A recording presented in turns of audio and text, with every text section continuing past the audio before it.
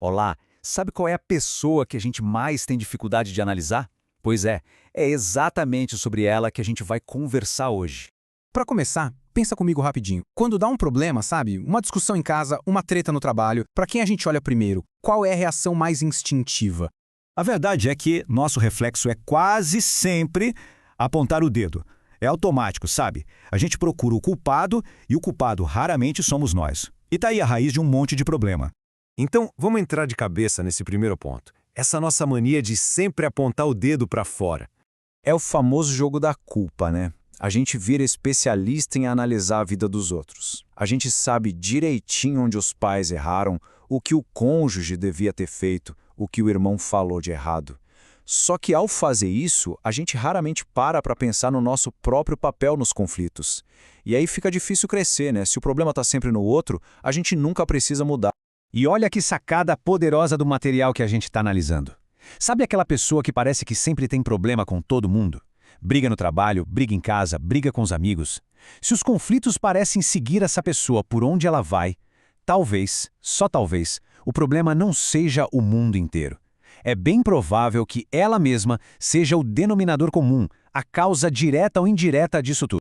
Ok, então se apontar o dedo para fora é o problema, qual seria a solução? Bom, parece que a resposta é inverter a direção desse olhar. E a base para essa nossa conversa vem de uma ideia bem antiga, mas que continua super atual. É um convite, quase uma ordem. Examine a si mesmo. Tá, mas o que é esse tal de autoexame na prática? É basicamente a disciplina de apertar o pause. Antes de sair julgando todo mundo, a gente para e analisa. Quais foram as minhas falhas? Quais eram as minhas intenções? E, principalmente, qual é a minha parte de culpa nisso tudo? E tem uma parábola que ilustra isso perfeitamente. É a história de duas orações. De um lado tem o fariseu todo orgulhoso falando: "Ah, que bom que eu não sou como os outros." Ele se justifica se comparando. Do outro lado tem o publicano, que está tão focado nos próprios erros que nem consegue olhar para cima. Ele só pede: "Deus, tem misericórdia de mim que sou um pecador."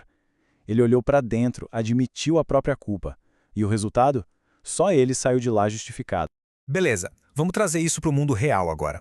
Como é que esse lance de olhar para dentro pode de fato ser a chave para resolver nossos conflitos?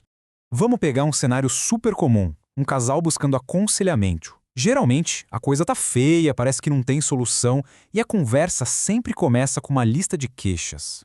E aí começa aquele ping-pong que a gente conhece, né? Ele é grosso, mas era difícil. Ele falou que não devia, mas foi ela que começou. Fica nesse impasse, cada um com sua lista de culpas do outro, e claro, não saem do lugar. Os dois dedos estão apontados para o outro lado. E a grande virada acontece com uma frase, uma pequena mudança de perspectiva. É quando uma das partes para e fala: "Tá, mas eu também provoquei." Pronto, essa simples admissão quebra o ciclo. É o momento em que alguém para de olhar para fora e finalmente olha para dentro. Aí sim, a solução começa a aparecer.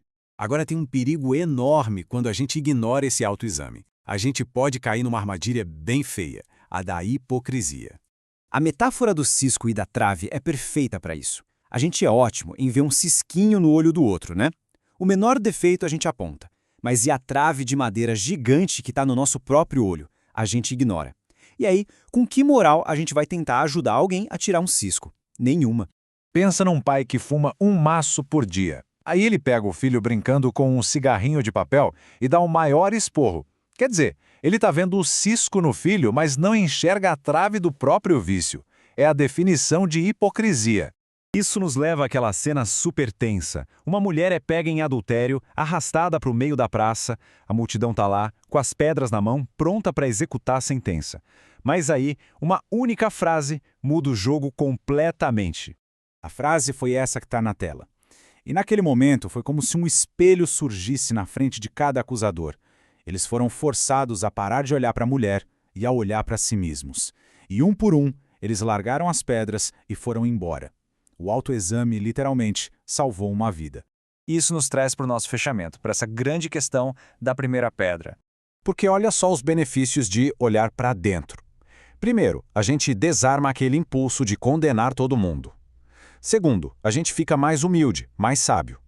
Terceiro, e talvez o mais importante, a gente abre a porta para a nossa própria mudança. E de quebra, a gente começa a ver o lado bom das pessoas, e não só as falhas delas.